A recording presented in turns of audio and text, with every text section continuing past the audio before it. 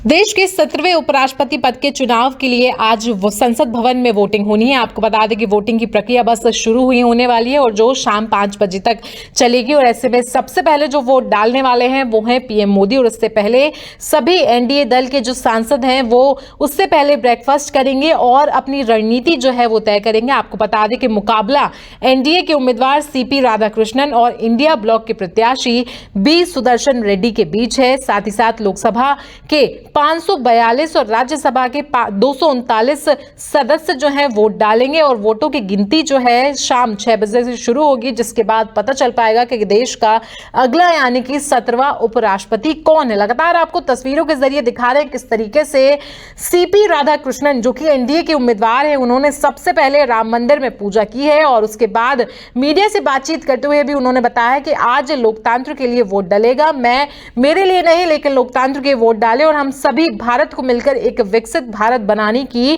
कोशिश करेंगे। वहीं सीपी राधाकृष्णन ने यह भी कहा है कि इंडियन नेशनलिज्म के लिए आज एक बहुत बड़ी जीत होने वाली है। वहीं बी सुदर्शन रेड्डी की बात करें तो ये सुप्रीम कोर्ट के पूर्व जस्टिस रह चुके हैं और ऐसे में इंडिया ब्लॉक ने इन्हें अपनी ओर से उतारा है।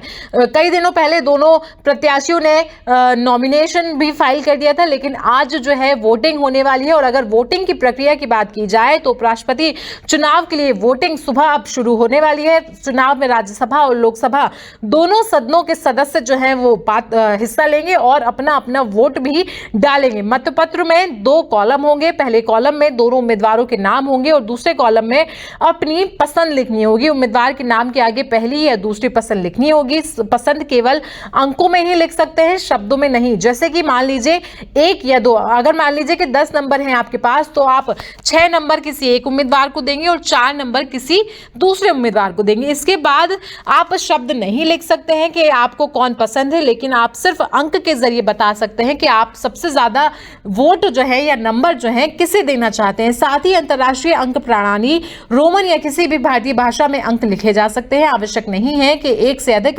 पसंद लिखनी हो। मतगणना के लिए सबसे पहले बैलेट पेपर की छंटनी की जाएगी, उसके बाद वैध और अवैध बैलेट पेपर अलग किए जाएंगे। इसके बाद जो है वैध वोटों की संख्या के हिसाब से कोटा तय होगा और वैध वोटों की संख्या की 2 से विभाजित कर 1 जोड़ने का कोटा आएगा। और उदाहरण के लिए आपको बता दें कि कुल वोट जो है 700 है और कोटा 351 होगा। ऐसे में पहली पसंद के वोट जिस उम्मीदवार को कोटे में जाएंगे उसे ही विजय घोषित किया जाएगा। तो लगातार आपको बड़ी खबर बता रहे हैं जहां पर आज जो है संसद में उपराष्ट्रपति पद के चुनाव होने हैं और सुबह इनके लिए वोट डलने वाले हैं और शाम 6 बजे से जो है वोटों की गिनती शुरू हो जाएगी, जिसके बाद आज ही ये मामला क्लियर हो जाएगा कि आखिरकार देश का उपराष्ट्रपति कौन है। आपको बता दें कि इस मॉनसून सत्र के पहले दिन ही उपराष्ट्रपति जगदीप धनखड़ ने अचानक इस्तीफा दे दिया था। 21 जुलाई को उन्होंने निजी कारण और हेल्थ इश्यूज बताते हुए इस्तीफा दिया था, जिसके बाद से है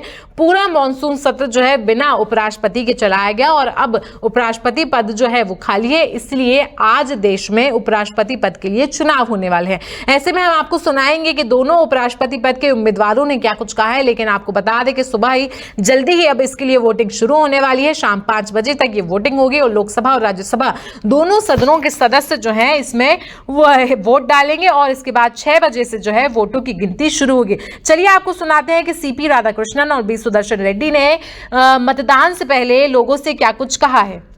बेनीवाल जी यहां तक पहुंच के मेरे को समर्थन देने का जो निर्णय लिया है उनके लिए मैं बहुत धन्यवाद अर्पित करता हूं और बहुत आभारी प्रकटित करता हूं।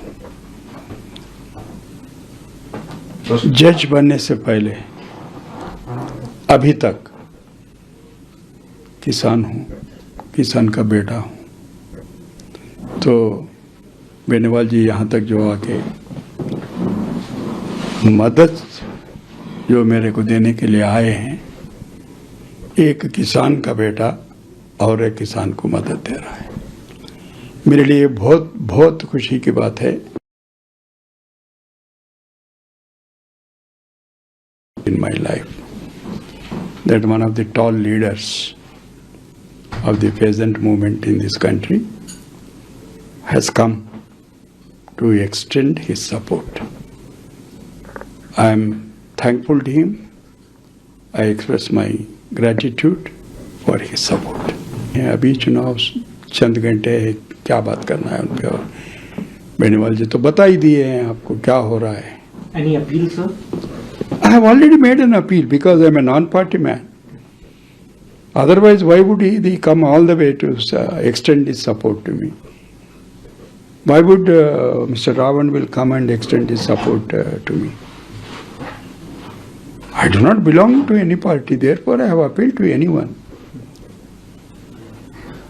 ये दो नेतागण ये उनको सुनने में आया मेरा अपील और यहाँ तक पहुँच गए. अब इससे ज्यादा क्या बोलने का है. कल आप लालू जी से भी मिले, बट बीजेपी ने क्वेश्चन किया उस मीटिंग के साथ. अरे चलो, कोई बात आप ऐसे चीजों पे क्या कमेंट करने का. उनके जो दिल में आया बोलते जाते हैं. ठीक है. क्या लालू जी कोई आम मामूली आदमी है क्या? ऐसा किसी के बारे में बोलना ये गलत है. It is going to be a big victory for the Indian nationalism. We all are one, we will be one.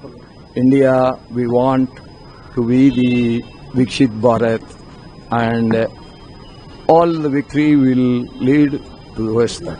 Thank you. So what would be your strategies and plans ahead if you win? We will meet again.